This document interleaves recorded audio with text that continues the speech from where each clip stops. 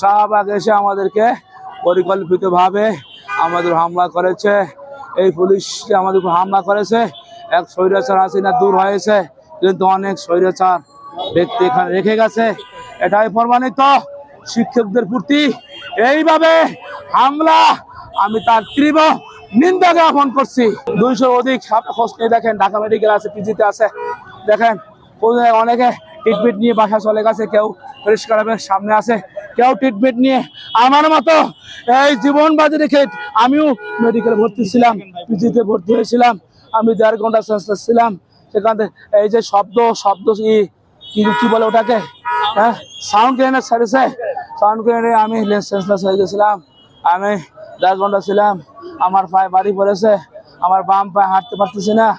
আমি মেডিকেলে ভর্তি ছিলাম। সেখান থেকে আমি প্রধান উপদেষ্টা যাওয়ার কথা ছিল, আমি সদস্য সচিব সেই হিসাবে, কিন্তু আমি মেডিকেল থেকে চলে এসেছি। কিন্তু আমাকে প্রতিমধ্যে নিয়ে আমাদেরকে ধোঁকা দিয়েছে। আমি তীব্র প্রতিবাদ নিন্দা জ্ঞাপন করছি।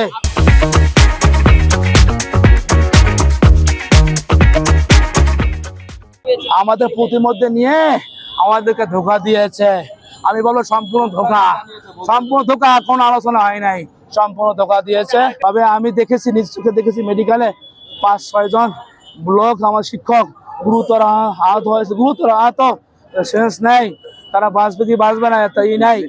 আমাদেরকে প্রধান উপদেষ্টা PS সাদ্দার সাহেব উনি বলেছেন, 26 সাহেব উনি বলেছেন, শিক্ষা উপদেষ্টা মহোদয়ের সাথে উনি ফোনে আলোচনা করেছেন, সচিব মহোদয়ের সাথে আলোচনা করেছেন, আর আগামী 24 ঘন্টার মধ্যে আমাদেরকে বসবে।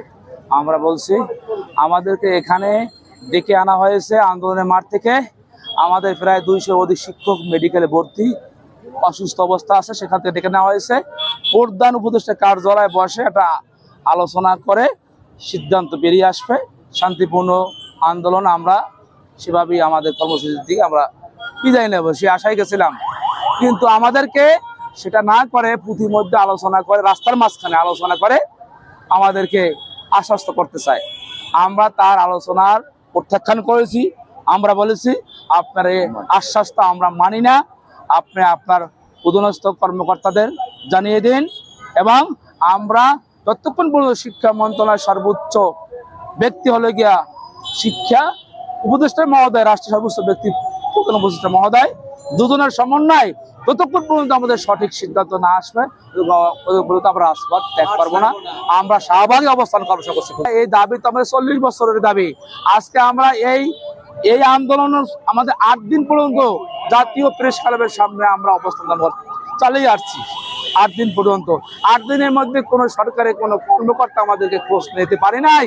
আমাদের সম্মানিত শিক্ষা মন্ত্রণালয়, সম্মানিত গুরুত্বপূর্ণ ব্যক্তিবর্গ আমাদের খোঁজ নেওয়ার সুযোগ হয় নাই।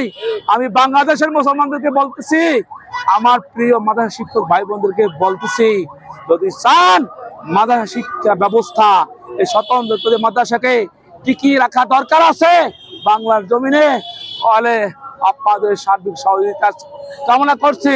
চলে আসেন শাহবাগ চত্বরে